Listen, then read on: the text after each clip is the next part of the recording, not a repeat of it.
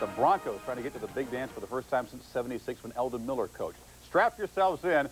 7 games today and tonight, covering by Vitale once today, so use it wisely. Why would you now start the show by insulting me, talking about muting me? Why would you want to mute me? I was rocking and rolling yesterday, and I can't wait to get started today. Hey, a big day if the upsets continue for some bubble teams, huh? Well, I think right now, if you're, for example, a Marquette, if you're a George Washington, you got to really be concerned about what happens with Evansville and Xavier, what happens with Texas El Paso if they get a bid, what happens if Missouri gets hot and wins the Big A. They can affect those teams and get them bounced, and that would be unfortunate because they've had great years. Long weekend for the selection committee. But the MAC Championship is up next, and we'll talk a lot more about this stuff at halftime. Dan Patrick and Derek Dickey will have it for you.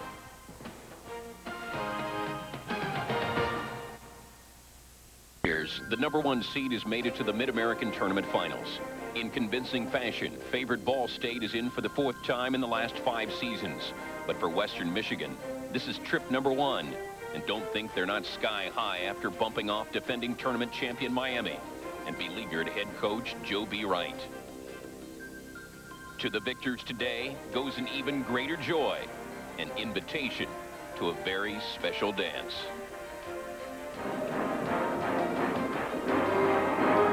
Welcome to Battelle Hall in Columbus's Convention Center in downtown Columbus, Ohio, on a very snowy Saturday morning. The first of 7 games here on ESPN. It's the Western Michigan Broncos against the Ball State Cardinals, the winner going to the NCAA tournament. Hello once again, I'm Dan Patrick. Ball State, the #1 seed, got to this championship game with the win in the semifinals last night over the upset-minded Toledo squad, losing by 8 to Ball State. As for the Miami Redskins, they were the #2 seed, knocked off by Western Michigan. A big surprise there, and they did so by 13 points. Joining me, the former Cincinnati All-American and NBA veteran Derek Dickey. These two teams very deep, and they rely on their benches. In fact, 2 of the better players in this game won't even start. They come off the bench exactly right, Dan, but they contribute quite a bit. These guys will be on the floor at the end, and that's what really counts. The guy, Cian Whiteman, excellent player, outstanding shooter from the outside. You see he's averaging over 12 points a game, but a very good inside player as well. On the other side of the floor, you're looking at an exciting player in Jamie Matthews. Pushes the ball up the court every opportunity, averaging over 6 assists a game. Explosive player. We're going to see contrasting styles here, and we saw that in the semifinal games. Will we see it in the championship game? I think we will, because Western Michigan is such a good defensive perimeter team. They're going to try to stop the ball just as they did against Miami. And on the other side, Ball State, very athletic. They're going to put the ball up on the board, play volleyball. You may even see some sliding slam dunks. Ball State head coach Dick Hunsaker said it may be an ugly game. I think he was being positive when he said it. Derek and I will be back with the starting lineups in the opening tip-off, the Mid-American Conference title game, right after this. ESPN's Championship Week is brought to you by Ford and your Ford dealer. Have you driven a Ford lately? By TWA, the most comfortable way to fly. And by the people of Nike, who encourage you to just do it. Welcome back to Battelle Hall in Columbus, Ohio. A sparse crowd, and there's probably 2 reasons for that, Derek. First reason is Miami of Ohio, the #2 seed, and only 2 hours away, driving distance, brought a lot of people up. They went home earlier today. And the snow outside, snow that's been hitting the Midwest and also the East Coast. In fact, just about everywhere, it seems like here in the east part of the United States. Your starting lineups, we start with Western Michigan, the Broncos, who have won 16 of their last 22. And they're led by Leon McGee. Leon McGee's an exciting player. First team all-conference. 16 points against Miami, 18 points against Eastern Michigan. He's their go-to guy. They're coached by Bob Donewald. In his 4th year at the helm, he spent 11 seasons at Illinois State. And with Illinois State, 3 NIT appearances, 3 NCAA appearances. As for Ball State, the Cardinals, the #1 seed, 25-7 on the year, and They'll feature Steve Payne. Explosive sophomore. First team all-conference again. Led the MAC in rebounding. He's second on the team in scoring. He shoots about 60% from the field. Very high percentage. Dick Hunsaker, 4th year at the helm at Ball State. He's won 20 games, all 4 seasons. Let's take a look at how these two teams got here. As we mentioned in the opening, Ball State, the #1 seed, Western Michigan, the #3 seed. But Ball State really had no problems with Toledo. They picked up the victory. They won it by 8. As for Western Michigan, played great defense, and Miami of Ohio, the only thing they did right was shooting themselves in the foot, because that's the only thing they shot straight with. They had problems all night long, and the #2 seed, and the great job that Joe B. Wright did with the Redskins, they bow out. So Western Michigan, the #3 seed, advances to the title game. These two teams met during the regular season twice. Ball State won at home by 5. Western Michigan won at Western Michigan by 11.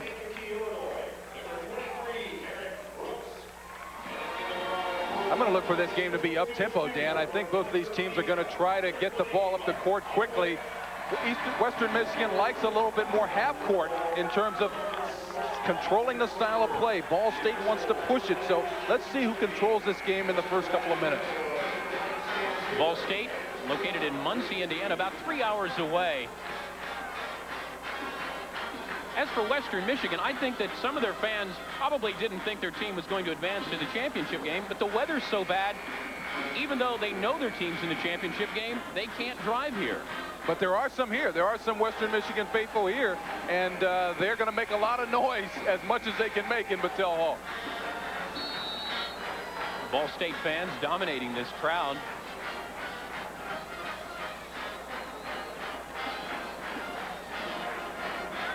Would have been interesting had Miami been here, because they wear red and white as well, and the Cardinals of Ball State also have red and white. We would have been surrounded by it.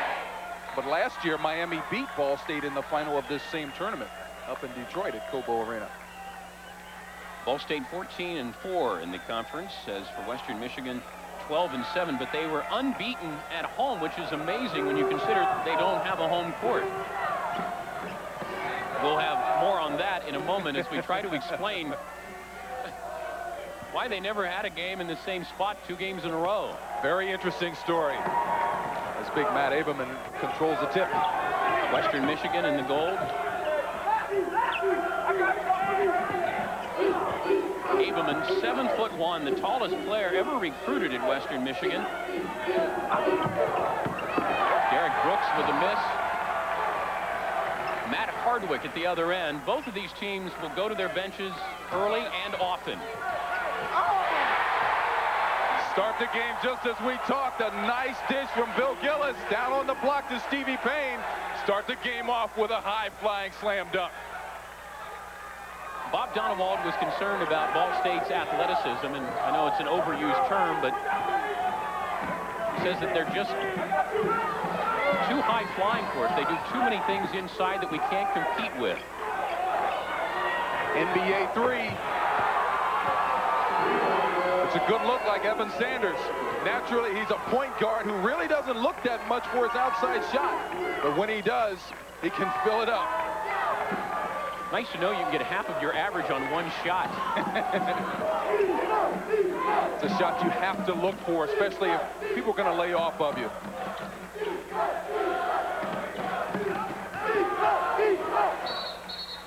Going to get the reach-in foul.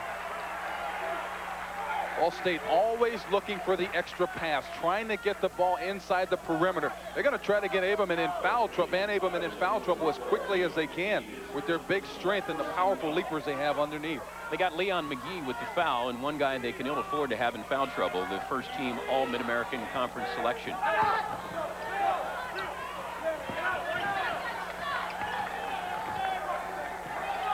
Always looking for the pass inside. You have to fake first. Brooks with a steal, looking at the other end to capitalize. And Logan. Fans want to travel.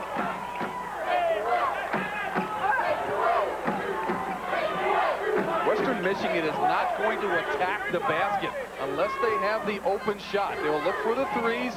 They'll also look for a pitch inside to Big Van Averman and then pitch it back out for the open shot. McGee free to work one-on-one, brings it back out. Hanlogan. Big Ben Hanlogan, nice shot. Did you notice that Hunsaker and also Joby Wright couldn't pronounce Hanlogan's name? They said, this guy is good, but Yes. they mispronounced his name both times that they brought his name up yesterday. He is a very good basketball player, 6'9", 230 out of Grand Rapids, Michigan. Hardwick misses the rebound brought down by David Hall. Part of what we talked about in the open, Ball State is so good at putting the ball up on the glass and getting second and third shots. Bill Gillis Seconds, it's got to be. He's camped in the lane. Get him out of there. Are we paying you extra? No, but he made the pass out, but he stood in the lane. Usually you'll try to get out of that situation, but he passed the ball out thinking the referees are going to follow with their eyes, and he failed to move. Jamie Matthews checks in. I was going to mention that Bill Gillis has had the ball inside twice against Van Averman and hasn't done anything. He's brought it right back out instead of challenging the 7-footer. But when you have a 7-footer inside on defense, you're more afraid of getting your shot blocked or getting your shot changed. And what you need to do is challenge that shot. 5-second call. That's twice McGee's had the ball a little bit longer than I'm sure Bob Donewald wants him to have it without finding somebody because he's been double-teamed both times, and that time got called for 5-second violation. Well, your question earlier today to Bob Donewald, are your guys nervous? I think they may be a little bit nervous being in this situation, being in the final. You got people that are kids that are unfamiliar with this territory. Hanlogan had the block, and then Payne gets it back and puts it down. Stevie Payne's a young player. He got a little bit impatient in trying to get that shot off, and it was a nice defensive effort by Hanlogan, but Stevie stayed right with the ball to get the ball back up to the hoop.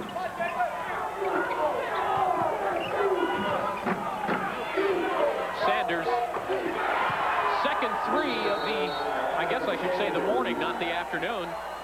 Normally not a very good field goal percentage shooter, only shooting 39% on the year, but he's feeling his oats right now this early in the ballgame.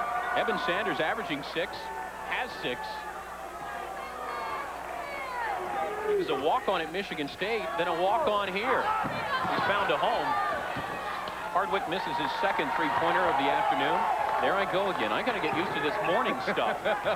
7 games here on ESPN today. The Breakfast Club. Avema misses. Matt Van Avema averaging 7 points, and they don't go to him for their offensive needs. They really don't. They use him more as a passer as well as a defensive stopper on the inside. David Hall with the 3. That's a good shot. David Hall is one of the very emotional players that Dick Hunsaker looks for. Very strong when it comes to driving to the hole.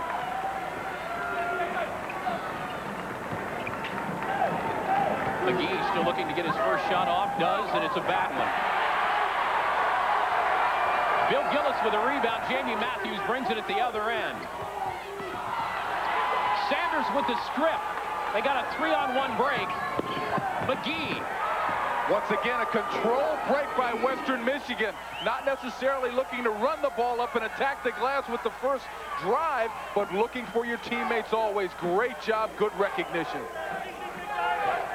Ball State coach Dick Hunsaker was saying yesterday he was concerned about the pressure that Western Michigan can put on his guards. He said, if you're going to be a great team, you have to have quickness on the perimeter. We do not have quickness, although we do have skilled players. That's what we saw yesterday with Western Michigan against Miami University. Miami's a perimeter-orientated team. Likes to run around a lot of screens and shoot the 3, and Western really did a good job with denying that outside jump shot. Sean Whiteman coming in. One of the better three-point shooters in the country. In fact, led the country in percentage last year, shooting 60% from three-point range. Very impressive. He and his twin brother, Sean, who also plays for this Western Michigan Bronco team, were coached by their dad in high school. Gillis, just a 59% free throw shooter. They shoot 68% as a team, the same as Western Michigan. So free throws are going to be very important. Got a timeout on the floor. Michigan by 2. The Mid-American title game. The winner goes to the NCAA tournament. We talked about Steve Payne. He's the key guy, the go-to guy. Indeed he is for Ball State. As he goes, the team goes. And when Stevie is hot, he will attack the basket with a lot of authority. But take a look at the main man for the Western Michigan Broncos, Leon McGee, attacking the basket the best way he knows how. Get the ball out on the break and run it up the court.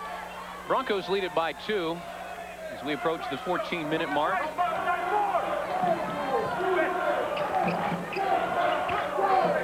Western Michigan has played exceptionally well, winning 16 of their last 22. They had a rough start. Started this year 1-5, but talk about their home court disadvantage. They played at 5 different sites as a home court. They do not have a home court right now, so they had to bounce around Kalamazoo. Logan with the putback, and probably could have whistled that for maybe a foul as well as he got pushed from behind. Good second effort by Logan. Seen Reitman. Sanders, who already has 2 threes. A lot of patience shown by Western Michigan. Logan puts it back. Talk about Western Michigan being a very big team. 7'6", 6'9", just a very solid fundamental team. They will crash the boards and they will get some offensive stickbacks. Evan Sanders with 3 steals already, and there's the perimeter pressure that Coach Hunsaker was worried about. Van Abema with the rebound. Another controlled break. Western bringing it back out, looking for the best available shot. I like that style. I like that conversion.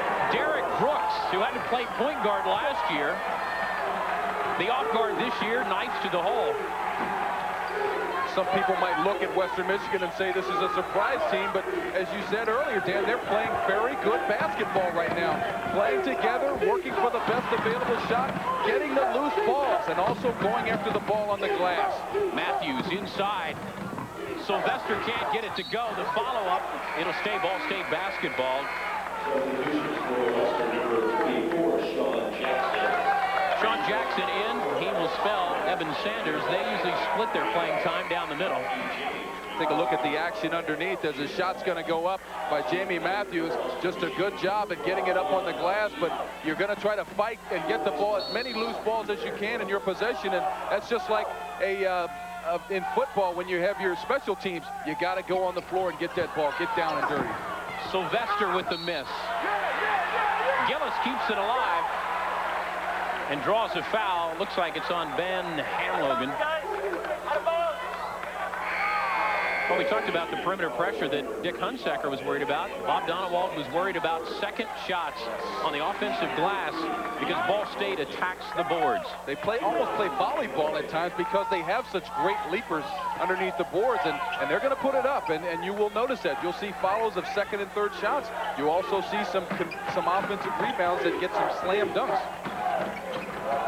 Mike Mosley's in for the Broncos, and Marquis James in for Ball State. Sylvester comes in with his hand loaded. Jamal Sylvester looking to score again. First team all-conference off the bench. Going to get Gillis inside before the shot on Van Abema.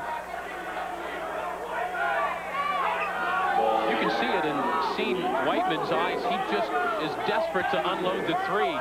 And he hesitates a little bit when a man is in his face. That hesitation will get him usually a block shot or a turnover. Fans want it over and back. The ball was tipped. Sean Whiteman with the miss. Van Abema comes up with the rebound off the weak side. That's a very good job by Matt Van Abelma to come up with that rebound. But again, a 7 foot 1 inches, 228 pounds. Steve Turner set to check in for Bill Gillis, who's in foul trouble. Bob Dunawall was concerned about the offensive rebounding of Ball State, but he also has a man in his arsenal. Matt Van Abelma does a great job at following the shot, getting to the offensive board, using his height at 7 foot 1 inches. Everybody is tall in this team. That is Yasu Okiyama. Notice how you let me pronounce the name, Derek. 7 feet 6 inches. He's from Japan, played on their national team. He's over here trying to learn how to be a head coach. He's an assistant coach. 7'6", 360 pounds, believed to be the biggest man in Japan. I don't think you'll get too many arguments about that. Well, we know he's the biggest man in Columbus today. We saw Luke Whitty, the former Buckeye, who was here yesterday at 7 feet tall. So even Luke would have to look up to Yasu Okiyama. I'm wondering, can you post him up, Dan? You try.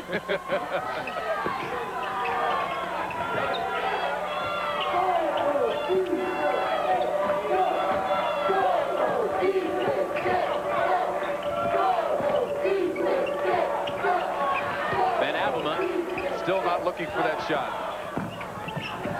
That's soft. Gets the kind roll. Mike Mosley nonchalantly steps up to take the three, and it trickles in.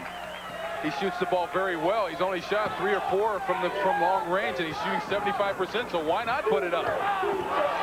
Van Abelma got a piece of it,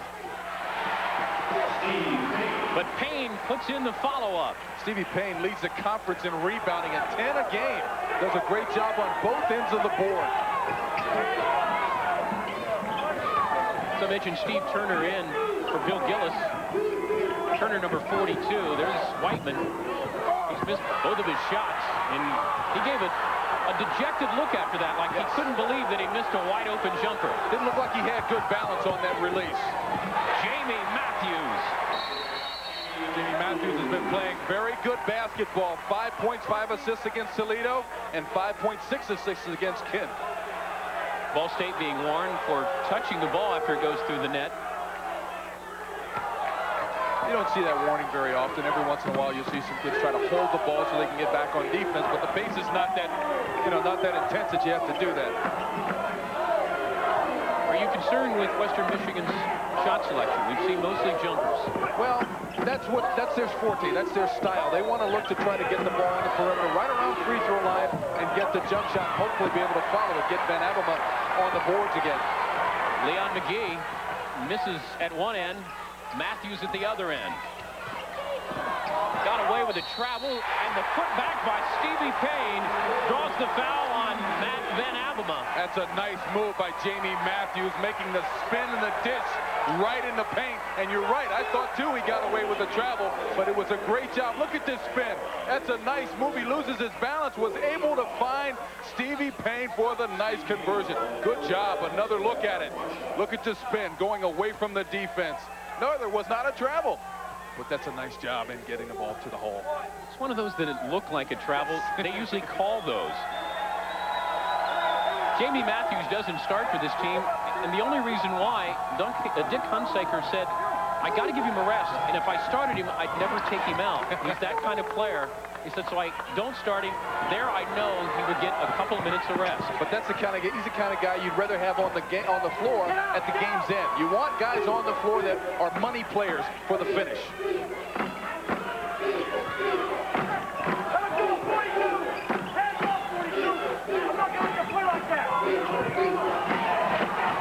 Mosley, Whiteman looks inside to Van Abelma. He's got him there.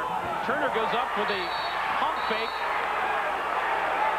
Matthews comes up with a steal, and they're whistling Matt Van Abelma with another foul. A reminder that this is just the first of 7 games. The ACC semis, game 1, North Carolina and Virginia.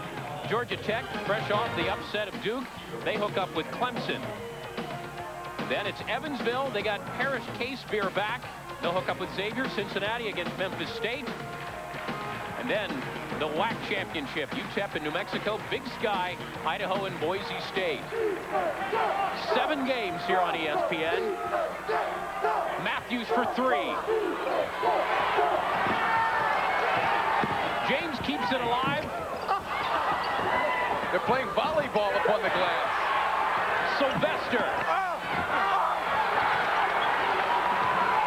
They had their chances. Yes, they did. Ben Hanlogan was able to get that ball tapped out. Whiteman inside. Goaltending. Ben Hanlogan. Western Michigan showing a lot of patience on the ball, getting it down on the block as quickly as you can. A couple of fakes by Ben Van Logan. It looked like he might have gotten hit on the arm. No foul was called, but they did give him the basket on the goaltend. That's the second time that's happened to him.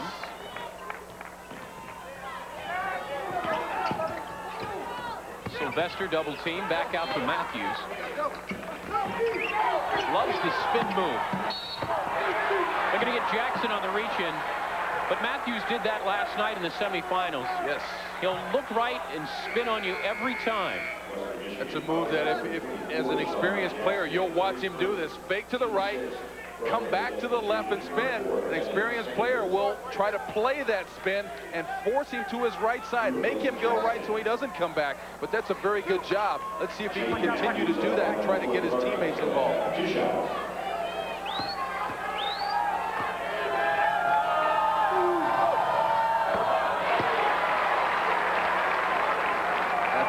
Very good free throw shooter, shooting over 84% on the year.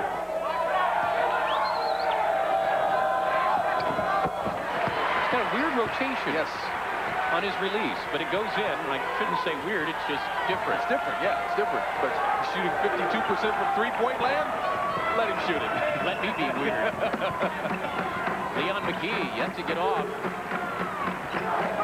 Got a couple opportunities posting up inside on Sylvester. McGee. Hanlogan trying to keep it alive. Matthews brings it the other end. 3-on-3.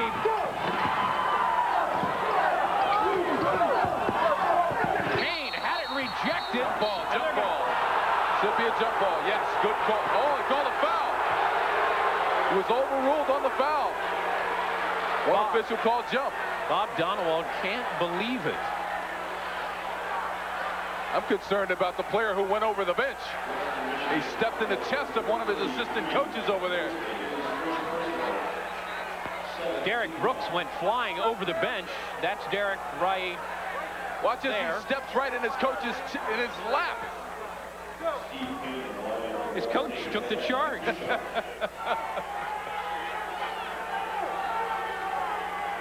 Payne at the line, shooting two. You're not safe anywhere on the court. You take the charge if they come this way. I got you covered, partner. Yeah, right. Van Abema, the one in foul trouble for Western Michigan, the 7-footer, and they've got to have him in there if they're going to win this game because they're already getting dominated on the offensive. They are. They need his presence just on defense, and whether he grabs rebounds or not, just the fact that he can change shots inside, they have to have Matt Van Abema on the court.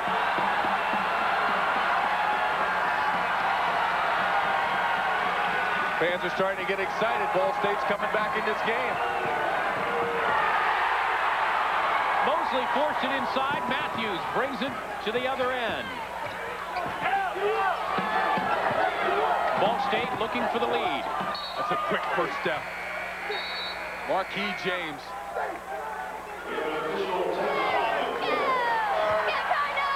We have a TV timeout. Western Michigan still with the lead. The winner goes to the NCAA tournament.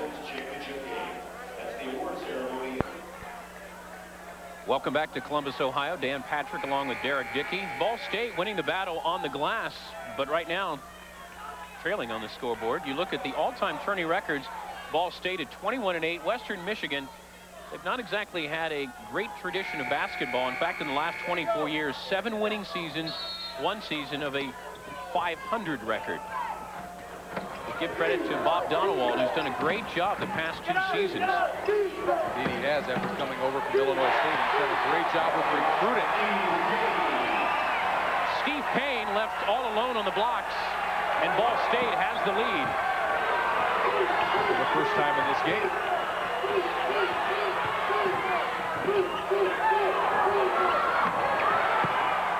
Evan Sanders with his third three.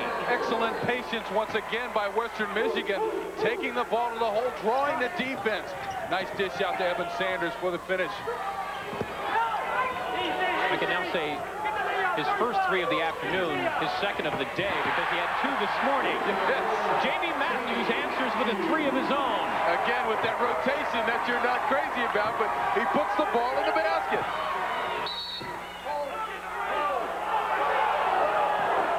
Going to get Marquis James with the foul down low, trying to body Mike Mosley. You know who had a rotation like that, and I haven't seen it very often, was Bob Quick, who used to play at Xavier, an All-American, one of their leading scorers. That's a long time ago, Dan. That's a long time ago. Bob Quick, look at Marquis James. He's disappointed. That's not me. I didn't have my hands on him. But you're right, Bob Quick did have a very unusual rotation, but he had a nice, smooth release on his jump shot. I was just trying to bring up a name that you could relate to. I'll remember that. McGee, and Logan. Well, that time they whistled Turner for the foul, but Hunsaker wants to travel. I don't know, there might have been, but Ben Hanlogan, whenever he gets the ball down on the low post, the first thing he's going to do, watch what he does when he gets the ball in his hands. Head fake. He's going to give a ball fake before he even goes up with a shot. And as he does, there might have been a little bit of shuffle of those feet, but he was able to draw the foul. Hanlogan, a true freshman, a member of the all-freshman team in the Mid-American Conference. 55% from the free throw line. Remember the all-brick team? Wow. That's a nice shot. Take that. Take that. No, that was a much better release. The first shot, he did not shoot with much confidence.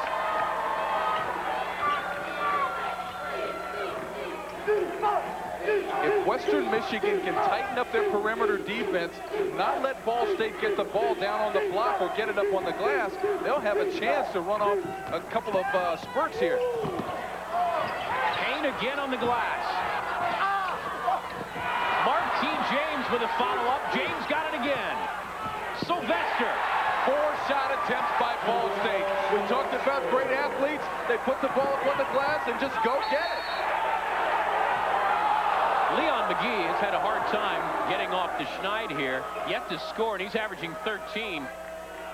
Leon struggling. He might be getting a little frustrated right now because he can't get in the flow of this game on the offensive end. And most scorers like to get their first basket in. Derek Brooks with a three-pointer. Derek Brooks shooting 38% from long range. Credit Matthews with finding Sylvester. He looked up, kept his head up, and hit him with a three-quarter length pass. Mr. Brooks has found the rain. I think so. Nice job. I thought he took the shot a little bit quick, but he waited for his teammates to get that weak side rebounding position and let it go. Matthews can't get the leader to go, and once again, the ball kept alive on the glass. Nice job. Nice job. McGee calls timeout.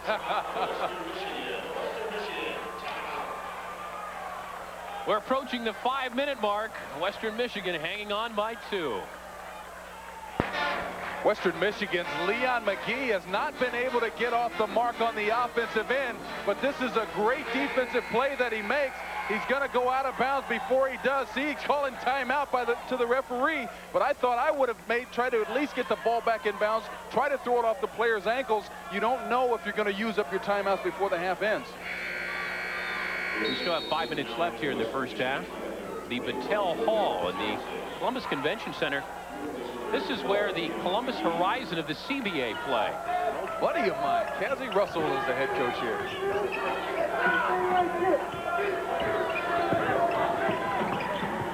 Western Michigan with 6 three-pointers so far. They had 134 coming into this game. Ball State's playing very good defense right now, trying to deny that ball inside. Looks like he might have gotten away with a walk. Mosley casually walking up to that three-point line. Matthews at the other end. You'll notice Matthews, who didn't start, has not been out of the game. No.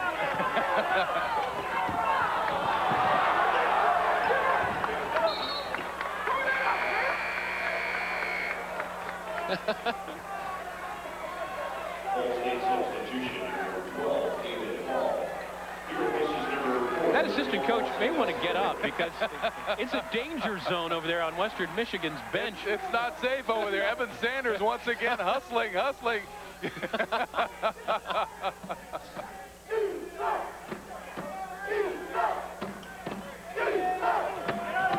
Approaching the 4-minute mark is Western Michigan, the number 3 seed, Ball State, the number 1 seed. Turner, not there, but guess who is there? Payne has 14 points. And he's also guarding the boards. That had to be, what, his 6th rebound? Doing an outstanding job of just playing weak side. And Logan with the travel. Ball State they're tightening up their defense. They're now starting to make Western make some errors that Ball State was hoping, or that Western Michigan was hoping that Ball State would make.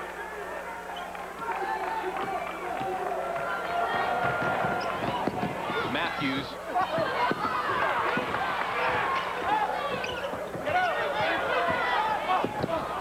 Gets it to Turner. And Logan with the block. But they're going to whistle him for his 3rd foul. Jamie Matthews once again is going to drive the middle, doing an excellent job looking for his teammates. Going to come right into your living room. Take a look at Jamie Matthews coming right down the center of the pike, going to draw the defense and make the dish. And then trying to get the ball off Stevie Turner. Looked like it might have been a good block from that angle. Matt Van Abema comes back in for Ben and Logan. Steve Payne gets a nice hand as he leaves the court. Turner at the line, he'll shoot 2. Averaging 2 points on the year. Payne sitting down with 14. Matt Van Abema has a couple of fouls himself. Got into early foul trouble. And Ball State will do that to you. Yes, they sure will. Stevie Turner had 6 points and 6 rebounds against Toledo in this tournament.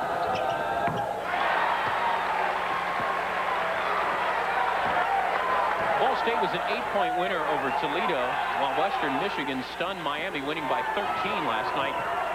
Both coaches were concerned about the fatigue factor. 3 games, 3 days. I would be, because that's a tough schedule. That's a very tough deal to try to concentrate for those 3 games. Turner with the rebound. The Broncos had a couple of chances inside.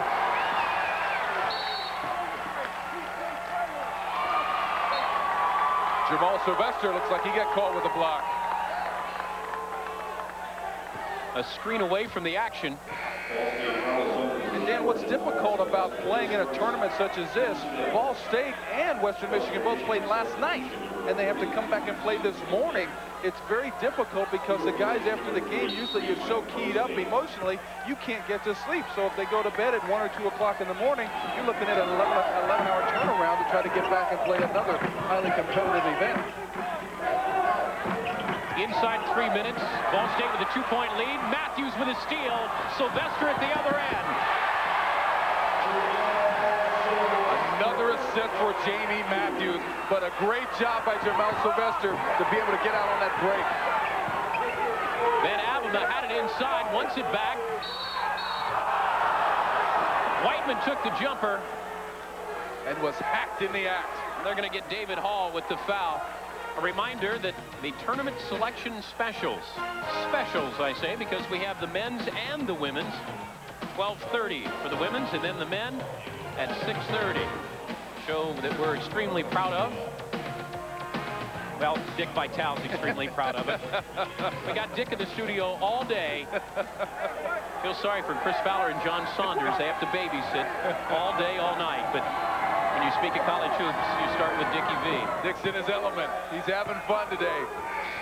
Is there any room in that element for anybody else? Or does anybody else want to be in that element? I'm not sure.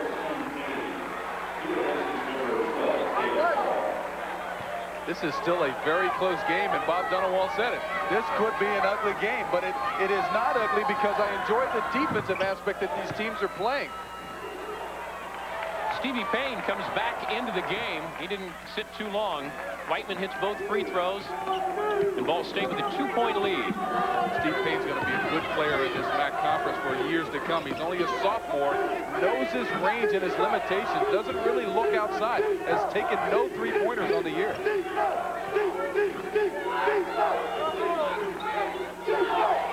James, Matthews, Payne, Turner, and Sylvester for the Cardinals. Ball State seems to have gotten a little stagnant on their offense. Marquis James. How can you go wrong with a name like Marquis? I don't think you can. Put him on the headline, that's for sure, because he likes to drive the ball to the basket. Whiteman with Sylvester in his face. Tries to lean in. Inside. Van Appelma had it rejected. Stevie Turner doing an outstanding job of defending his goal. Matthews. And it counts.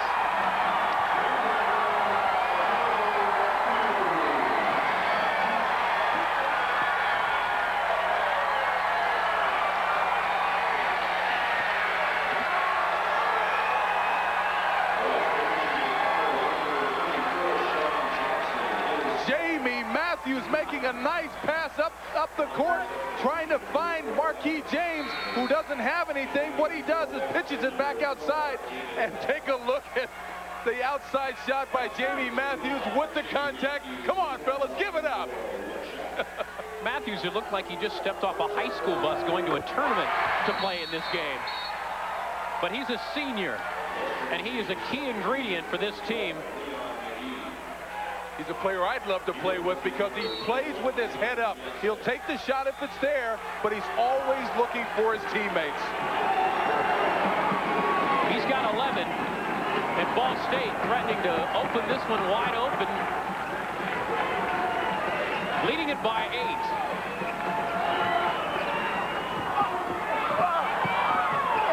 Van Appelma can't get the follow-up on the miss by Brooks. Big Matt was off balance when he got that rebound to try to get it back in. Had he waited and gathered himself, he might have had a chance for that finish. The reach-in foul on Sanders on a 12-2 run for Ball State. Once again, Jamie Matthews is going to spin to his right and come back to the middle, trying to get inside. Losing his balance, he was actually bailed out by Western Michigan. Coming up at halftime, the Reebok halftime report. Dale Brown, the LSU head coach, will be live with Chris Fowler and Dick Vitale. How much time are we giving Dale Brown for that halftime show? I don't know. Is there enough? We may have to join the second half, already in progress.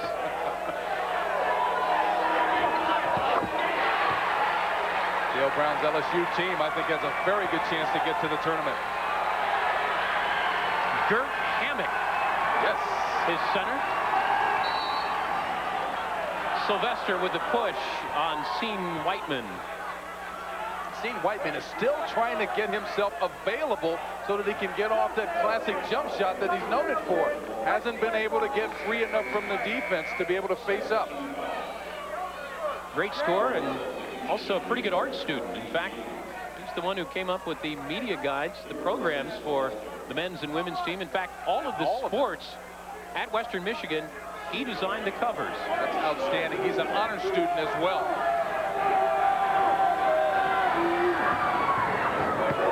Right in, we got no problem. Whiteman bringing the Broncos within 9.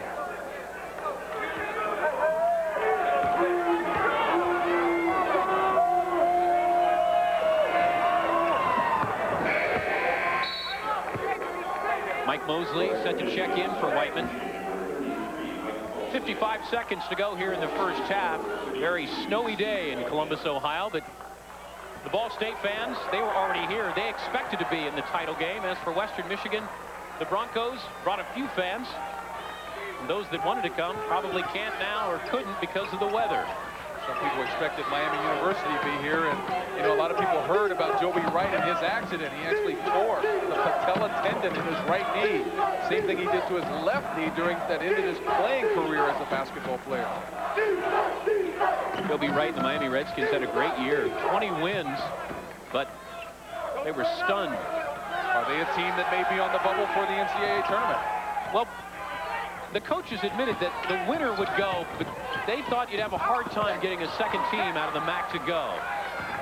Dickie V may think otherwise, but I think Miami may be in trouble, even with 20 wins. We'll discuss that a little bit more in the second half. The block, is he going to give him the hoop? Yes! Roger Paramore was the official outside who saw that it went in, and he whistled and said, yes, it should count. So the three-point attempt as Leon McGee tries to get off here with 5 seconds to go. Leon McGee's been struggling most of the first half offensively with his outside shot. He can't even get open. What do you do when your outside shot's not going? You take it to the hole. Give him credit. That's a very nice move to also draw that foul. Turnabout's fair play as McGee does a spin move this time on Matthews. A slow starter last night. 14 in the second half against the Redskins, looking for his third point of the afternoon. Got 18 points, 4 assists, 4 steals against Eastern Michigan in this tournament.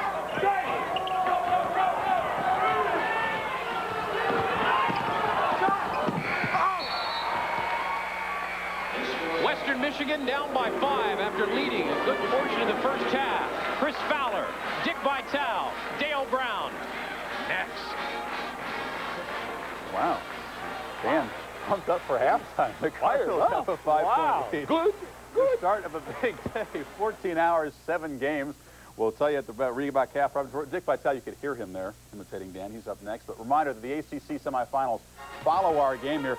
Virginia against Carolina, Clemson, and Georgia Tech. Both those teams pulled up upsets yesterday. Evansville and Xavier, the MCC championship game. Then we shift to the Great Midwest, Cincinnati and Memphis State on the Tigers' home court.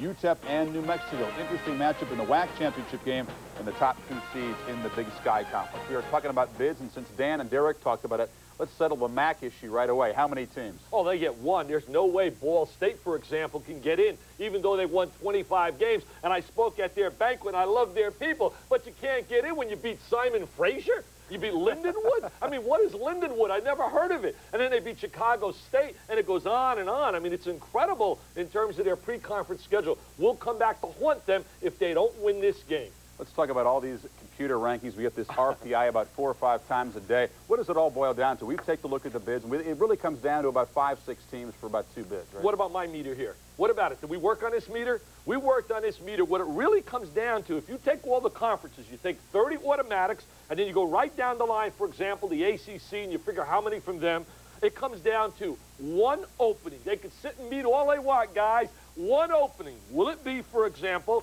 right here, could it be Texas El Paso if they don't win their tournament? Could it be Marquette? Or could it be, for example, right here, George Washington? Last 10 games, George Washington 7-3, Marquette 5-5, Texas El Paso 6-4. Wow. My choice, George Washington. Dale Brown of LSU hopes he gets one of those bids. We'll talk to him as we continue in the Reebok halftime. Before halftime of the MAC championship game. Right now, the Cardinals up 5 on the Broncos. ESPN's championship week is... Don't want to wait for a time. Back out in Columbus for the second half in just a couple minutes. Back to the Reebok halftime report. Reminder that championship week wraps up tomorrow. A full slate of games. ESPN's championship week is brought to you by O'Doul's from Anheuser-Busch. Premium beer taste without the alcohol. And by the new Subaru Impreza. Subaru.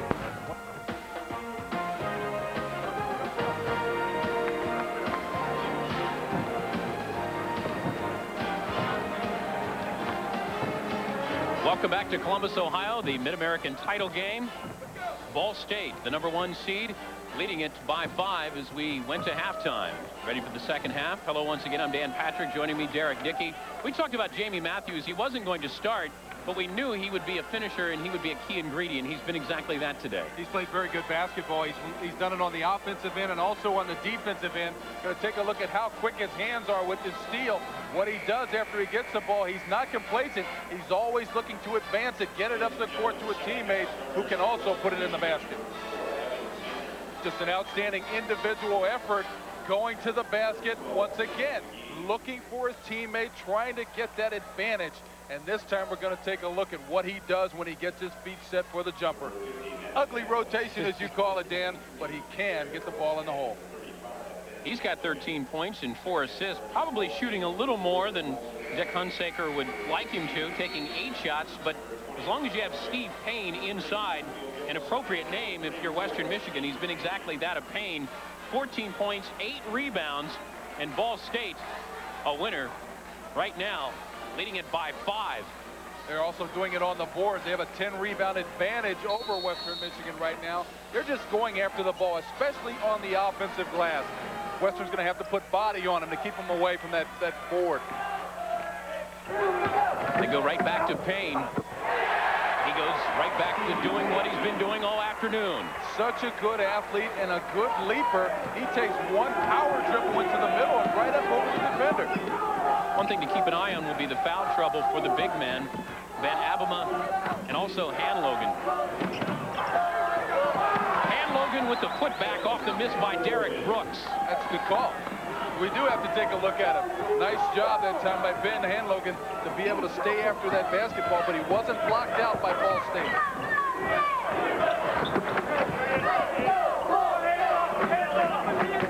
Matthews. Double dribble. Double dribble on Gillis. Gillis, who's had a hard time getting off the mark as well. We mentioned Leon McGee in the first half, but McGee with a big three-point play. Good Billy Gillis. He had the ball, he lost it, picked it back up. Yes, it was. That was a very good call. Roger Paramore, Tim Grzywinski, and Michael Sanzier, your officials here in Columbus. A very snowy day. In fact, they had to dress out in the trailer. They have to go outside, and they were just complaining that they had to shovel snow to get to their trailer during halftime. But then nobody feels sorry for the officials, right? No, they said we got to get a camera out there. They're training for the Iditarod. McGee misses at one end. Off Sylvester.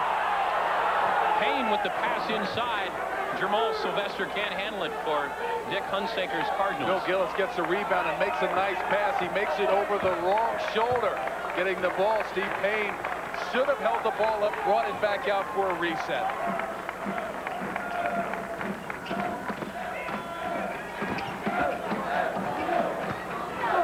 Abema. Well, he finally got one to stick. Good job by Matt Abema attacking the basket. That's what he needs to do. He's 7'1". He's about 4 or 5 inches taller than the closest defender. Takes the ball to the basket. Van Abema, his first 2 of the afternoon. I got it right there. A frustrated Derek Brooks, the reach-in foul. That's the second time he's been whistled for that. Both times on Matthews, and both times he thought he got away with it. J.D. Matthews is so quick that Brooks can't even keep up with him. Matthews is going to get by him, and Brooks is going to try to swipe it away from the backside. But you're right. That's the second time he's done that, and he's gotten called for the foul. Mark Hardwick in the game. He started for Ball State. Sylvester didn't. He has the ball. One of the better shooters on this team. We showed that in the first half with a couple of hoops. Matthews. It may not be pretty, but it goes in. But that also gives Jamie Matthews a chance to play the off guard. Hardwick making the pass to him that time. Matthews able to get the shot off.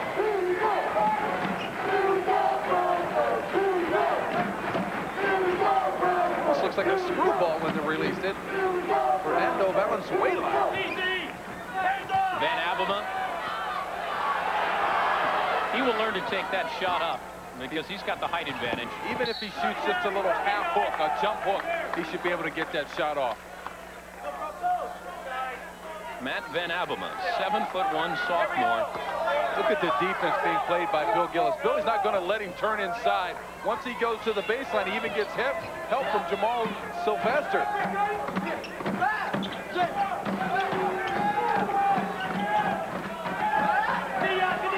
Sanders had a couple of threes in the first half. A little short on that one. McGee keeps it alive. And good hustle. McGee, once again, a tough time getting a comfortable shot. Tip from behind again by Derek Brooks. One thing Matthews has not done is when he beats his man, put the ball far enough out in front so when the guy comes behind him to knock it away. And that's what we've seen with Brooks 3 times now. You know, that's one thing you can learn by playing in the summer. You know, obviously you play at different places, playgrounds and so forth. You work on your skills, work on your ball handling skills, work on little things. They call it slick ball handling skill, where you get past the defender and kick the ball out in front of you.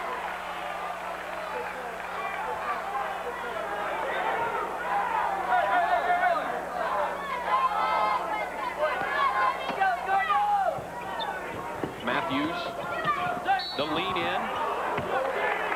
Now my question is, did Jamie Matthews initiate that contact? Well, we'll take a look in a moment, but we want to remind you, the hoops don't stop right here. 7 games total today, and then tomorrow the Big 8 Championship. Are you supposed to be out there for that, Derek? If we can get there. And then the SEC title game, the ACC Championship, and the Southwestern Conference. Kind of get the feeling we have a lot of college hoops here on ESPN. Quite a bit. Matthews at the line. Going to get both of them. Excellent free throw shooter. I only forgot 2. Easy to get lost in the shuffle. Big West and then the SWAC title game. All here on ESPN. All coming down to the finale. Tomorrow night's going to be a big night to find out where everybody's going, if they're going. McGee. Van Abema draws the foul.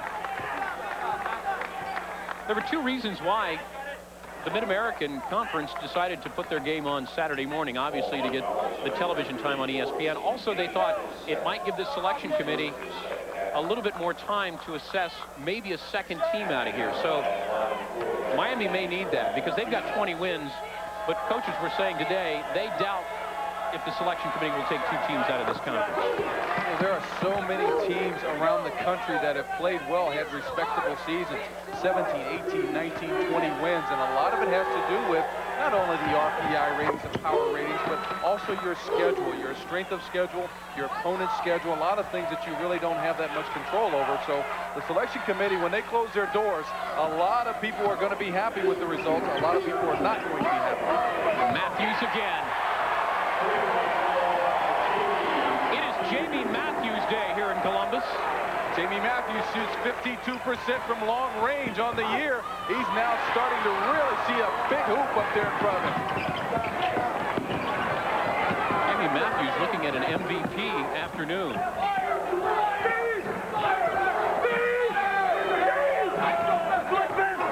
Matthews. That's nice. What a great job by Jamie Matthews. Driving the defense all the way underneath the basket.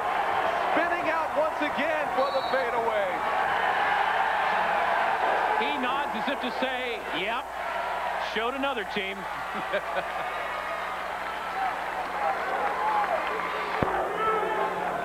Dick Hunsaker is getting exactly what he wanted from his Ball State bench. Jamie Matthews, his point guard, is now doing it all on his own. What an outstanding individual effort to drive the defender, Evan Sanders, all the way into the hole. Try to get him down low, looking for your teammates. It's not there. Hey, ball back, take the fadeaway, and the hoop. A career high 23. 5 assists, 4 steals. That's a nice day at the office, and we still have over 15 minutes to go. McGee with the steal, draws the foul. Took it away from Bill Gillis.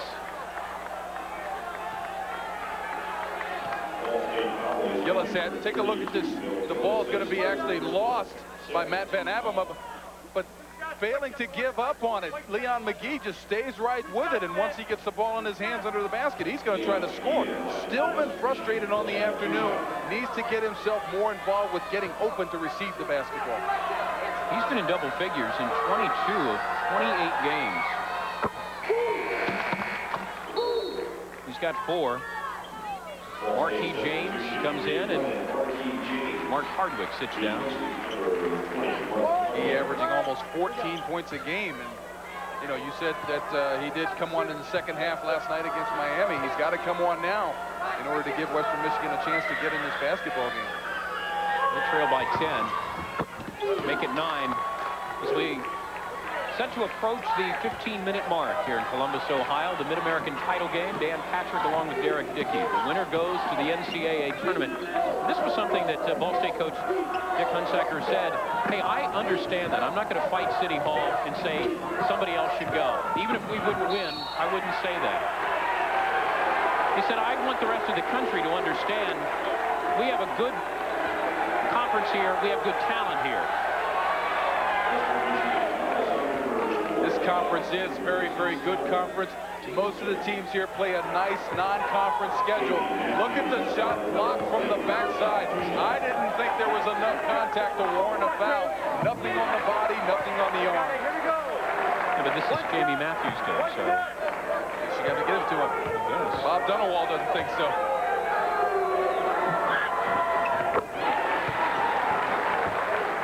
good look at Bob Dunawald. 11 years at Illinois State, took 3 teams to the NCAA tournament, 3 teams to the NIT. He said he was concerned about his team being nervous. Yes. Because they didn't have the experience that Ball State does. In fact, he said that he put Derek Brooks into the lineup because Derek Brooks was a senior. He wanted some experience. McGee with the miss and the big rebound by Bill Gillis. Matthews, you can feel it. He wants it. He's going against everybody. No question about it. Jamie Matthews is really feeling it right now.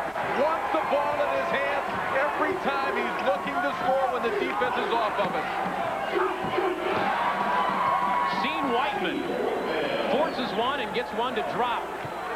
Sean Whiteman was not looking for a shot early on in the first half because the defense was in his face. That time he took the shot right in the face of the defender. Sylvester. Van Appelma with the rebound. Western's going to have to make a couple stops on the defensive end and try to at least get to the foul line if they don't get a hoop every time down from this point on in the game. Neither team in foul trouble as far as team fouls go. Look who's guarding Sean Whiteman. Jamie Matthews. And I think they got Jamie. Yeah. The foul. Come on, Jamie. You can't have everything go right today. Jamie's 5'10". Sean Whiteman is 6'5". You got to run him all over the court. Post him up. Give him the ball down on the block. I don't know if we can get a closer shot at his face, but Jamie looks like the trainer in Hoosiers who came in and hit the big shots to send them to the title game. You talking about the movie or the original? The movie. You were around for the original. I saw the movie. You keep dating yourself here. No, I'm trying to date you. No, not date you. Wait a minute.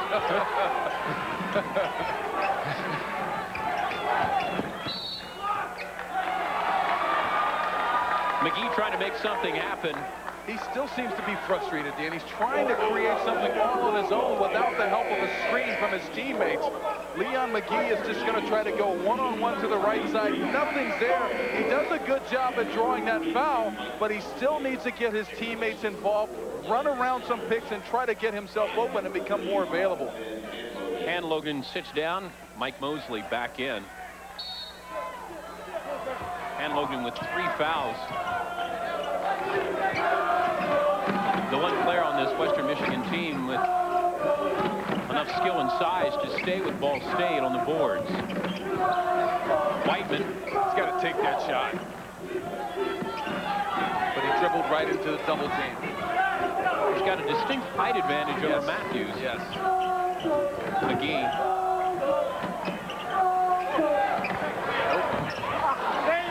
Brooks misses. Steve Turner with a rebound. I said no on that shot because I thought Darren Brooks took this shot too soon without having a weak side rebounder.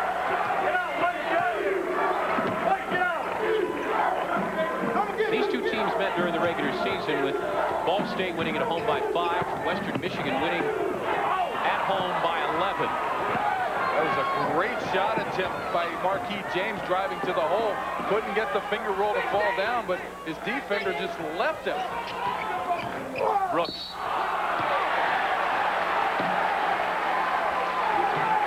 Leaning in on Steve Payne. Payne draws the charge. Ball State is just playing very good defense right now, and they're not allowing Western Michigan to get second shots off the glass. They've done a good job at sealing and containing the inside and made them take shots from the perimeter for the most part. And it looks like Western Michigan's getting frustrated now with putting their head down, driving to the basket. William Johnson comes in for the Broncos. Get that out of here. McGee with the rejection on Matthews. Jamie's got a few words. His team's got a lead. Rebound. Well, there are a lot of teams that, you know, including the Miami Redskins, that teams that are could be in, could be out. And you see the list that was on your screen there.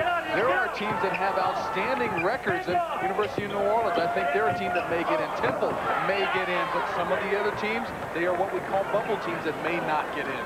Florida had a devastating loss in the opening round of the SEC tournament. But I think Temple will get in, considering their schedule, John Chaney's history. Yes. They got two very, very good players, McKee and Jones. And they've been playing without Vic Karstarpin, their point guard, for a good portion of the season. Yes, they have. But those were just a few of the examples of a lot of teams around the country.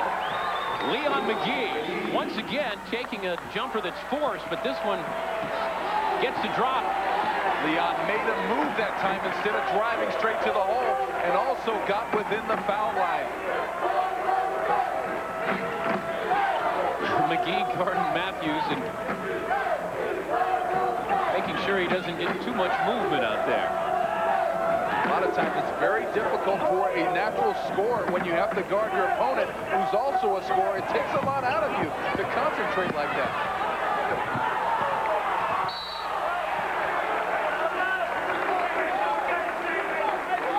Like they got William Johnson with the foul. Once again, Ball State keeping the ball alive on the offensive boards.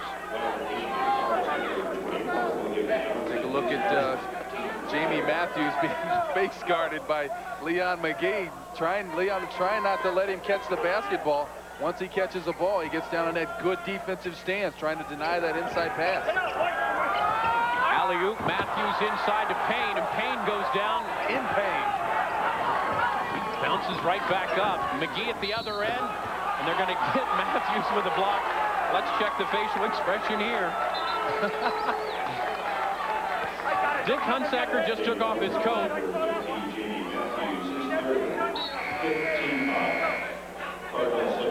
Blocker charge. You make the call at home. Quick stutter, left, right, left. That one could have gone either way. I honestly believe either way. Yes. Because it looked like Matthews got the forearm to the face as well. So a couple of the calls we haven't agreed with, but that one, we could see that one being a charge or being a block. I like the block. Alley-oop. Van Abema can't hang on to it. Matt Van Abema's having problems with his balance, unsure of where to put his feet down on the floor, and when he does, he's able to go up to the basket relatively strong, but in catching that basketball, you saw he was completely off balance and simply lost the handle. They gave Steve Turner a nice shove on the other end, as if to let out his frustrations. His hands are not big for somebody who's 7'1". We noticed that yesterday.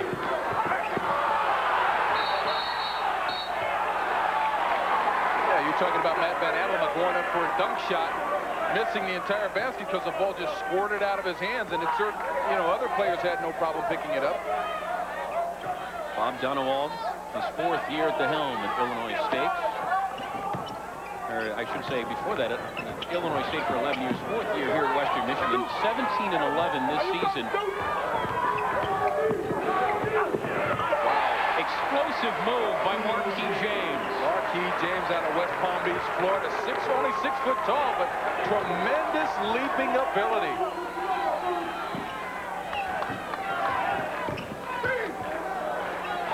Whiteman. Matthews again. Tremendous hustle once again.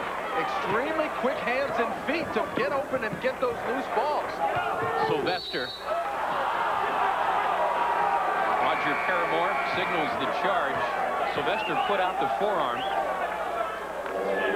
This Ball State team could, if they go on to win this game, they could actually be scary in the tournament.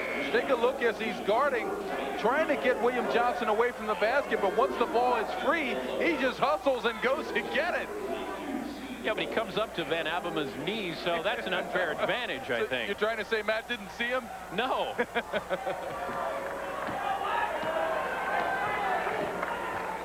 We talked about this conference, and you playing at Cincinnati in your career, your college career, you got a chance to see the Mid-American Conference up close, the Miami Redskins, but Ron Harper came out of the Mid-American Conference. Grant Long is with the Miami Heat, and of course Thunder Dan Marley. Yes. They've had talent. It probably doesn't rank with the top 20 teams as far as talent across the board in the conferences, but there are pockets of extremely talented players. No question about it. The thing that's really missing in this conference is the exposure, the television exposure. They just don't get very much of it, and for them, these kids to be on television for a game like this is just an absolute, it's a marvel to get to showcase their talents. Sylvester hit at one end. McGee took it the other end and drew the foul. David Hall back in. So is Steve Payne. Sylvester will sit down, as will Steve Turner. Very active bench for both teams. Both teams go about 7 or 8, sometimes 9 players deep into their benches.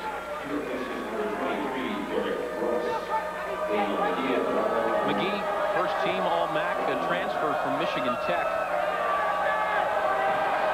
Wanted to be closer to home to play for Western Michigan, the Broncos. I mentioned they don't have a storied basketball past, but they did have John Saunders, our basketball studio host, who played hockey there.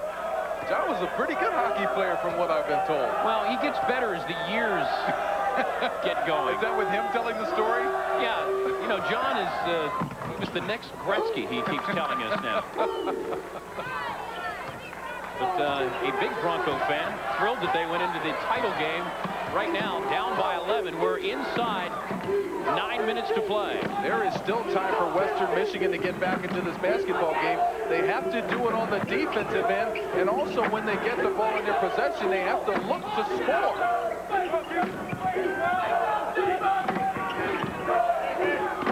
Matthews has had the hot hand, but you become concerned that he's been taking too many shots and nobody else is getting into the flow of the offense? Well, I'd be concerned that his teammates might be standing around.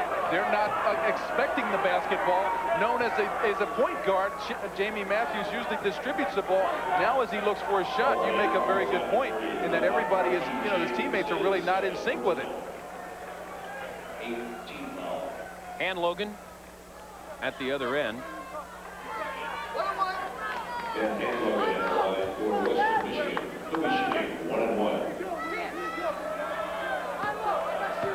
Ben Hand-Logan's been playing pretty good today. He's got 11 points. He's doubled his average. They keep it alive on the board. Travel first. Oh. Nice effort by Mike Mosley to get the ball up on the glass. Take it off the glass, but as he tries to put the ball back up to avoid the defender, he shuffles those feet.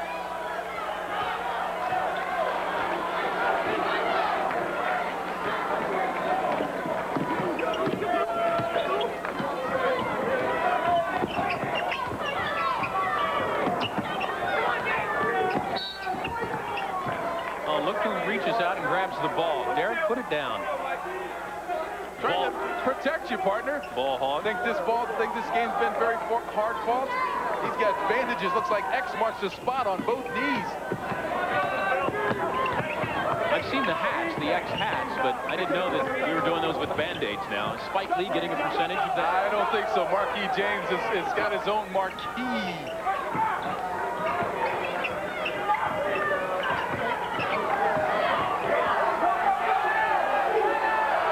clock down to 8. I think Matthews would have brought down the house had he knocked that one down. That was an NBA three-pointer. We've got a timeout on the floor. Jamie and company head to the bench. An 11-point lead. Including this one, including the ACC semifinal between Virginia and North Carolina. That comes up next here on ESPN, followed by Clemson and Georgia Tech. To be followed by the MCC Championship. Evansville and Xavier. We figured it would come down to those two teams. Memphis State and Cincinnati. Anthony Hardaway. What a great year he's had. UTEP, New Mexico, the WAC Championship, Big Sky Championship, Idaho and Boise State at midnight Eastern Time. Did I leave anything out? I don't know. Got just about everything in there. You're right about Anthony Hardaway. Not only is he having a great year, he's one of my candidates for Player of the Year. It's hard not to give it to him, I think, when you consider what his team has gone through without David Vaughn. And what he has done, and the team wouldn't be the same without him. Logan hit the shot, then went down. Looked like he twisted his ankle a little bit, and the Broncos refuse to go away. They have a chance to get back into this basketball game. Still over 7 minutes to go. A defensive stop right here could help. Payne with a rebound. I should say Mosley with the rebound off the miss by Payne. Almost turned it over. Leon McGee nearly in our lap. Leon McGee has to get the team involved. David Hall whistled for the foul. Is that a situation you're usually taught to put it up? As soon as you hear the whistle, put it up. Yeah, that's almost a playground type move. When you go into a move and you go up in the air, you leave your feet, you hear the whistle. Instinctively, a smart player, or not a player who has experience, will look to throw the ball up toward the hole to try to get 2 shots. They're going to give him 2 shots anyway. No, they're not. It's actually the 1-and-1. Had he gone up with a shot, he probably could have gotten 2. I mean, he's gotten 2 anyway, yes. Maybe academic, because if he makes the first. McGee's a pretty good free throw shooter, but then we've been known to jinx people at the line before. No such thing. If he's going to make it, he's going to make it. If he's going to miss, nothing we can say or do is going to change that. Oh, I feel better now. Yeah. I've been feeling bad all these years for making these kids miss at the line. Now you can sleep tonight. 7 minutes to go. McGee trying to draw the Broncos to within 7, and does. Now Western Michigan has to look at it 1 series at a time. Take another time, concentrate your efforts. You make a defensive stop here. Don't worry about offense. Don't let them get a second chance opportunity if the ball goes up on the glass. Now, is this where you worry about the offensive flow? Because it was Matthews for a good portion of the second half. If you're Dick Huntecker, you sure do. Strong move by Steve Payne. Mike Mosley tipped the ball, actually helped it go into the basket, but you're right. That was a nice move by Stevie Payne to get that ball to go down by attacking the basket.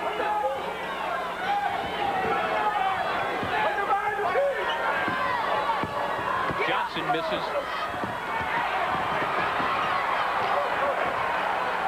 You better claim the rebound with these guys out there, because Western Michigan, they're going at you. They're scrappy. They stay after that basketball. They don't give up on it.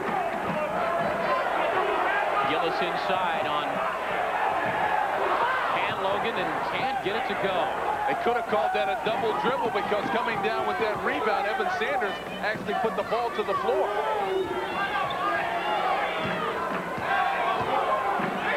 McGee hangs Hicks.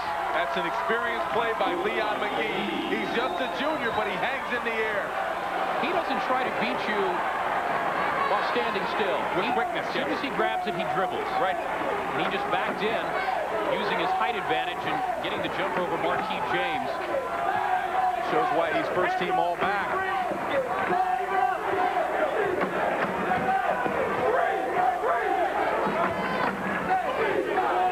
Looks like Ball State spreading the floor on offense now, and Western Michigan is not letting them make that pass inside.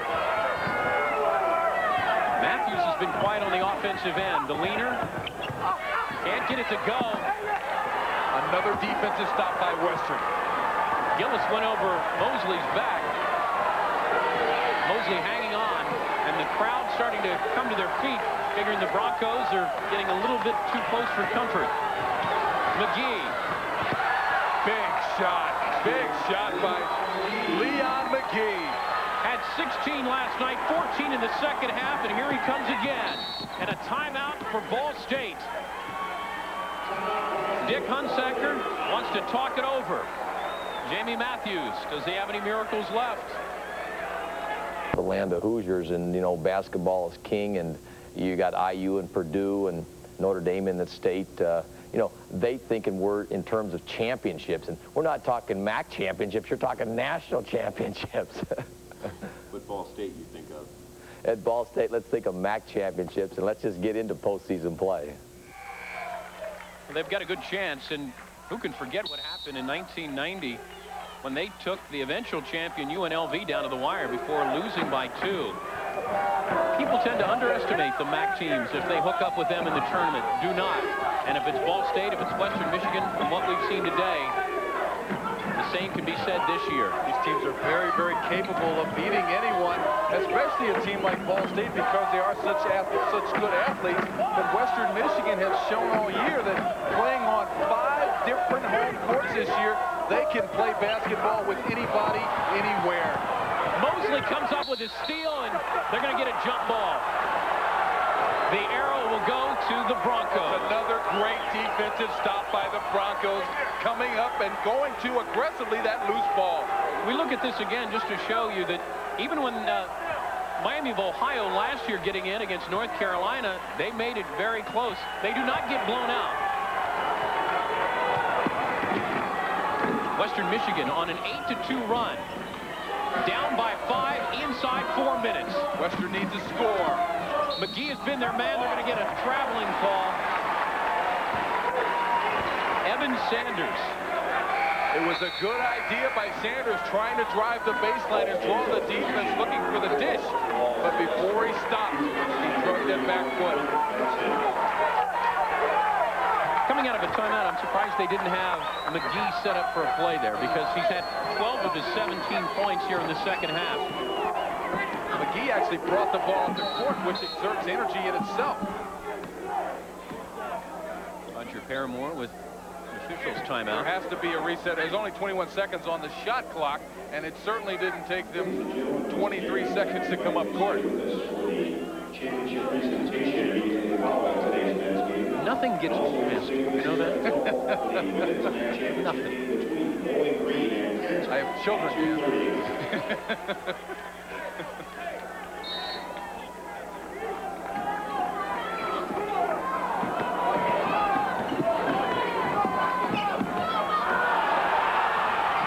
Fans wanted to foul, the body contact. Good no call.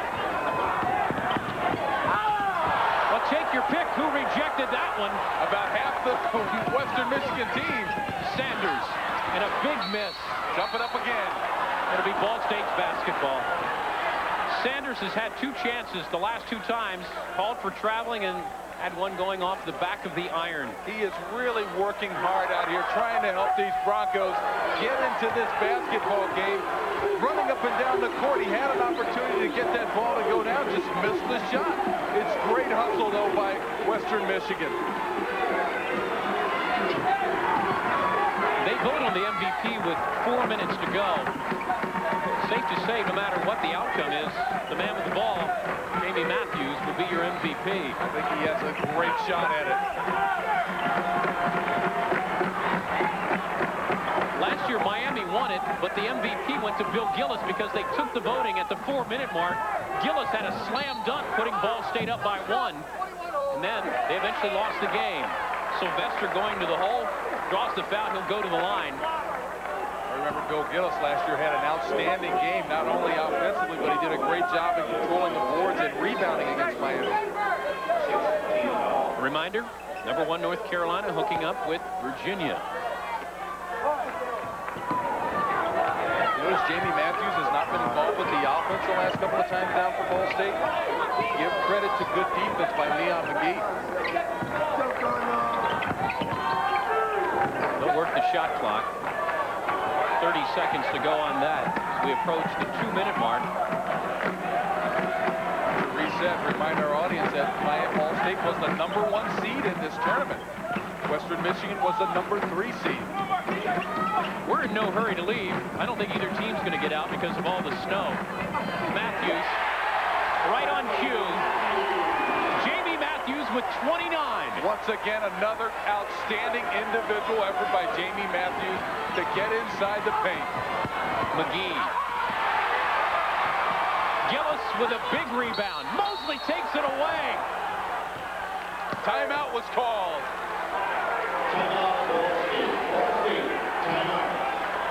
We'll be back for the final 2 minutes. Dick Hunsaker, 2 minutes away from an NCAA berth.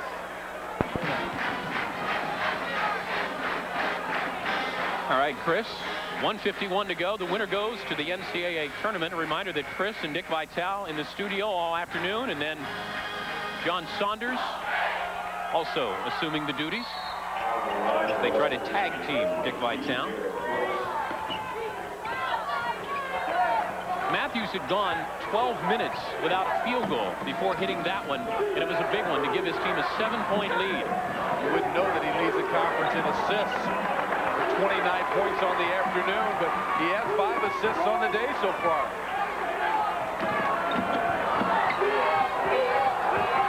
Sloppy ball handling, but it ends up in a positive result. Bill Gillis with the slam.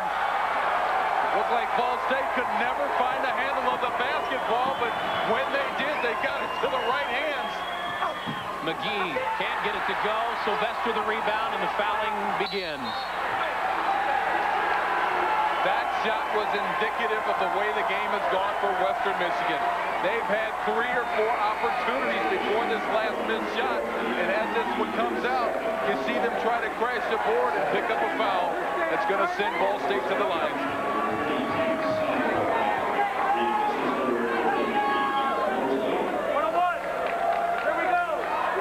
About tripled his season average. 5 assists, 5 steals.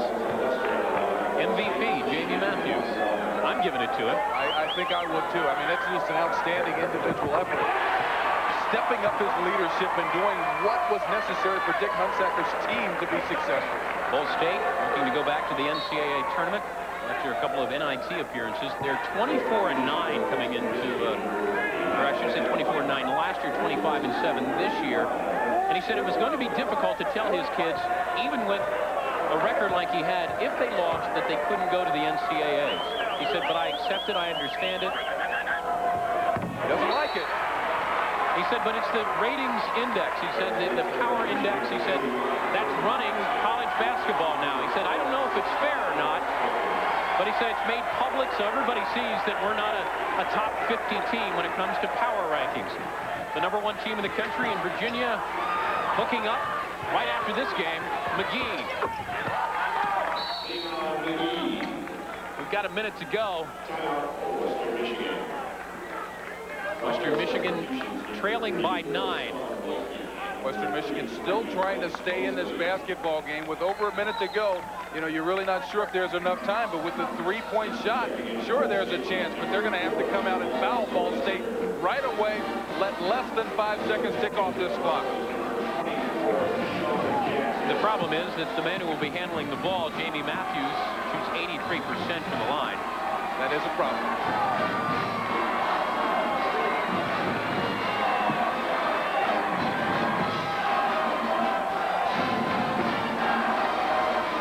Western Michigan out of timeouts.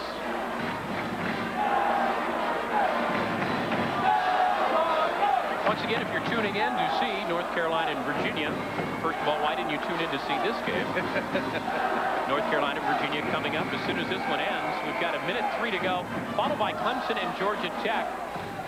The Rambling Wreck coming off the victory over Duke last night. The only play I saw was Chris Collins attempting to tie the game with the 3 at the end, and it went in and out. Bobby Hurley making the penetration in the dish. It would have tied it. Once Grant Hill is healthy and pronounced healthy, they're still going to be a dangerous team, obviously. I also think Indiana, if they get Alan Henderson healthy, is another team that's going to be reckoned with in the tournament. Brooks with the reach in on Sylvester. That's one thing that Dick Hunsaker said, that when you're in Indiana territory, you know everybody wants to watch the Hoosiers. He said, if the Hoosiers were on right now, do you think anybody would watch Ball State? He said, I feel so obligated to my fans because they give up vacation time. They will make plans. They'll follow this team. He said, if we lose, I feel I've let the fans down. He said, not necessarily the players, but the fans. It's so important to them. They are very, very loyal in their following of this Ball State Cardinal basketball program, the athletic program. David Letterman's alma mater, right? Ball State. Virginia, North Carolina to follow.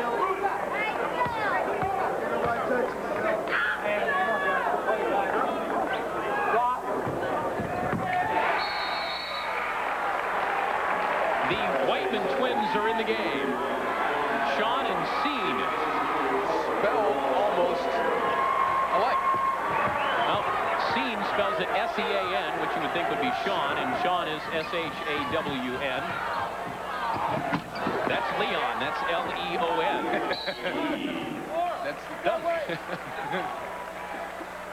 Matthews will go to the line at the other end as Sanders whistled for the foul.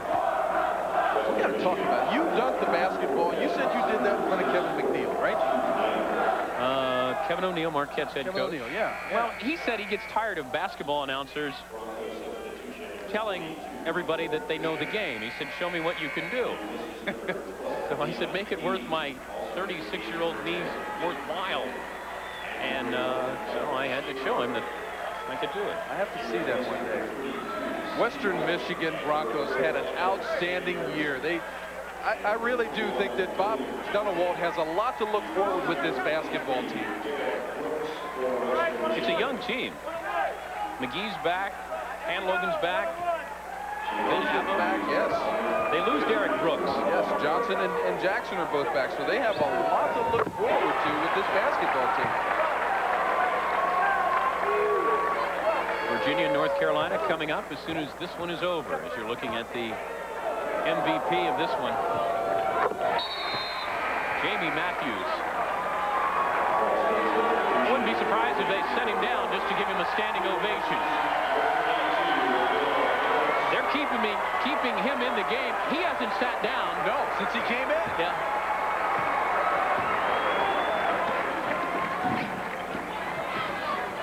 Matthews 11 of 11 from the line.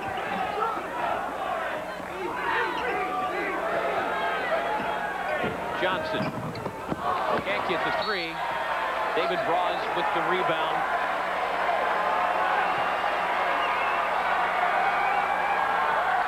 David Braz, another one of the academic students excelling for the Ball State Cardinals. 3.22 GPA, 4.0 in telecommunications and secondary education majors.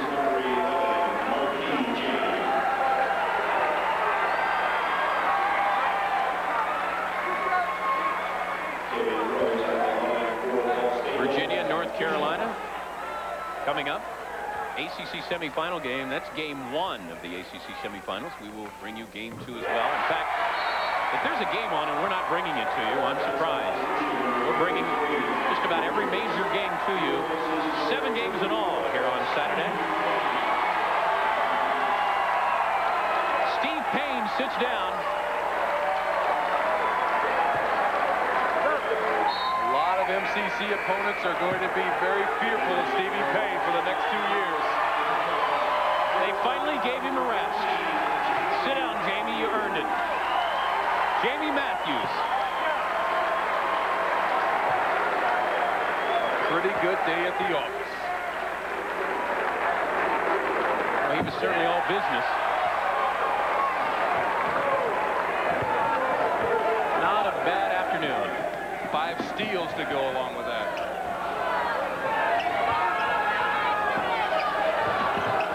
No need to hesitate, Broncos. Put it up.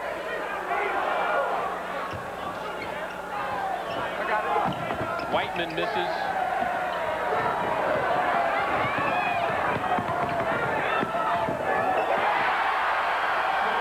There's your ball game. Matthews, spinning drive, wraparound pass to Steve Payne, who goes off glass and gets fouled. Payne 14 points in the first half. Then Dick Hunsaker got a scoring spree from Matthews. Hits the three-pointer. 13 points in the first half. Ball State had a 5-point lead. The second half, more of the Jamie Matthews show. Inside, spins, fall away, gets it to go down a career-high 31 points for Matthews. He also had 5 assists and 6 steals, and Ball State into the NCAA tournament with the automatic bid 79-64, probably a 12 or a 13 seed based on the past seedings of Mid-American Championship. Here's a look at the teams that are automatically in now. It's 19, Delaware, UMass, Holy Cross. Good news for them. Some scary news today for North Carolina going into the big show, as they call it. Yeah, as you said, folks up at Ball State are kind of thrilled, especially our photographer, Kevin Stinson, to Ball State. We've got a lot of Ball State people here on the staff. A lot of Ball State fans making the trip over to Columbus. We saw them over there, and their trip paid off for them big time as they saw their team win the MAC tournament. March Madness taking on special meaning once again in the Hoosier State as Ball State has joined Indiana in clinching an automatic bid to the big dance. The Cards wrapping up an impressive run through the MAC tourney by disposing of the 3rd seed Western Michigan in the title game today in Columbus, Ohio. Cardinal fans, get out your dancing shoes, you're going. Steve Payne, one reason why. Nice recovery off the block shot for 2 of his 18. Jamie Matthews, clearly the star of the game, off the bench to knock in game-high 31 points. Dick Hunsaker's team up by 5 at halftime. This time, Matthew dials a tray to make it a 9-point lead. Western Michigan, led by Leon McGee with 21, pulled within 8. They knocked off Miami last night, but no luck beating the Cards. It's Ball State advancing to the NCAA with a 79-64 win. A most rewarding week for Coach Dick Hunsaker and Cardinal fans this week in Columbus. They're celebrating in Muncie. Shortly and let you know it's 7:30, so be here with that.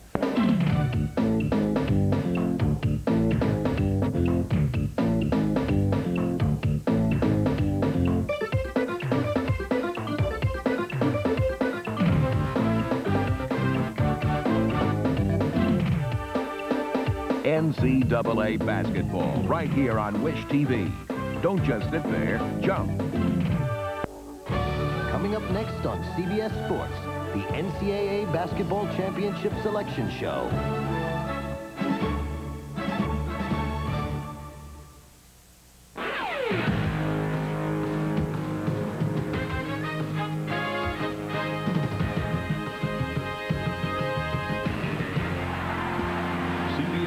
Presents the NCAA Basketball Championship Selection Show, sponsored by Pizza Hut, who reminds you that any time's a great time to stop and smell the pizza.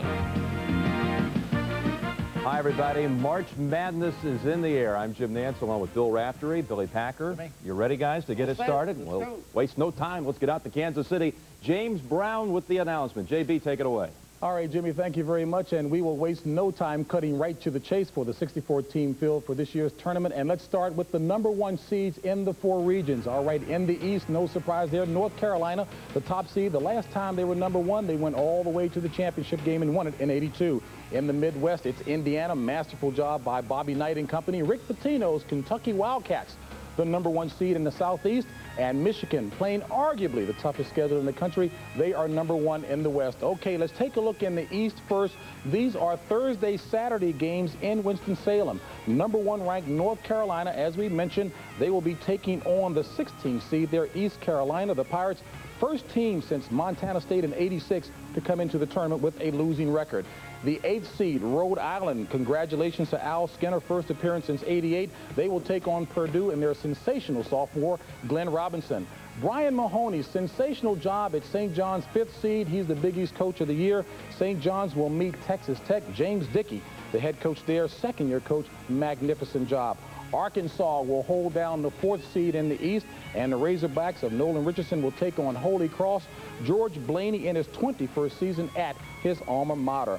Now, these games are Friday, Sunday games in Syracuse in the East. The #6 seed, Virginia.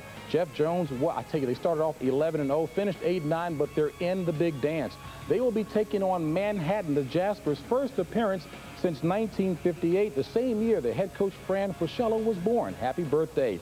#3 seed goes to Massachusetts. John Calipari went back to his old coaching style. They're in the NCAAs, taking on the team from the Ivy Leagues, 14th seeded Pennsylvania, undefeated in Ivy League play. The number 7 seed, New Mexico State. Swift, Sam Crawford, the man there, as they will play Nebraska, the number 10 seed. All right, the number 2 seed, Cincinnati, synonymous with defense there. Number 15, Coppin State. Fang Mitchell, the head coach there, they were undefeated in MEAC play. Now to the Midwest. These are Thursday, Saturday games in Chicago. The number 6 seed, the California Golden Bears, under interim coach Todd Bozeman, went 9-1 since the firing of Lou Campanelli. They will play the LSU Fighting Tigers. Dale Brown's team did it on the strength of postseason play. The Duke Blue Devils hold down a number 3 seed in the Midwest. Mike Krzyzewski's team will take on the 14th seed, Southern Illinois. First appearance since 1977. The BYU Cougars hold down the number 7 seed. They will play 10th seeded SMU. John Shue made remarkable turnaround job for the Mustangs.